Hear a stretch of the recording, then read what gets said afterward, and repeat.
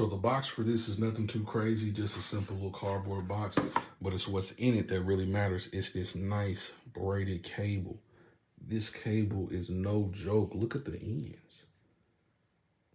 Are you serious? The end connectors are looking nice. Super sturdy. Got the 10-foot as well, so ain't gonna have to worry about none of that, extension cord mumbo jumbo. This is gonna get you right. But as far as the build quality, like I said, it's a nice sturdy braided cable. I got a braided cable I've had for like 3 or 4 years. That bad boy is still going strong. No problems with it. There'll be links down below in the description so you can check out these chargers and pick you up some super nice. Transfer speeds are cool, and this will allow you to have fast charging as well, so that's always a good thing. That iPhone 13 Pro Max.